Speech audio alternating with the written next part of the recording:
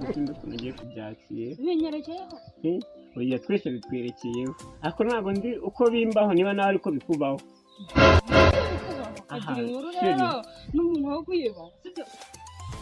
nese sheri nawe ujya ushaka kunyara nkanjye ayiwe cecekaho nabyo tuzi ayiwe nizo kunyara n'indi utanyara nabyiwe ndetse na mama wawe na papa wawe baranyara na kaka wawe ntabwo ubiziweho rero noneho ngiwe ayiwe iyo zimfashe iyo nshaka kunyara ayiwe iraniga nkumva mba meze nk'umuntu uri mu mihango umva ampaye nabyiweho ahubwo nese bavuga ngo iki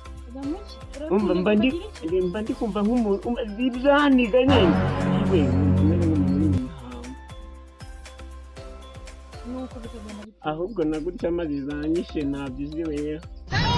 najya kunyara ijya kuzinyara zitakubera imihango nese sheri ndihagarika hehe ndanyara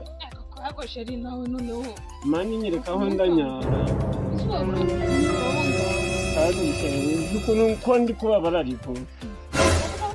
ngo mani nyereka aho ndanyara aha hantu se umanukira mu mabuye zirabura sawa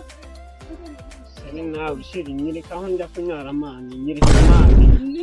kandi ndi kubabara ni ukuri